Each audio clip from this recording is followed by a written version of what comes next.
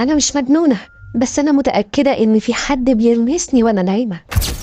كل ليلة بتحصل نفس الحاجة، بتصحى فجأة على إحساس بإيد بتمشي على جسمها، بس لما تفتح عينيها مفيش حد.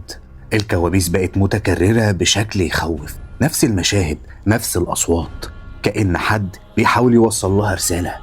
الموضوع ما بقاش مجرد كوابيس، حاجاتها بتختفي، لبسها، اكسسواراتها، حاجات كانت متأكدة إنها سابتها في مكانها لكنها فجأة ما بقتش موجودة.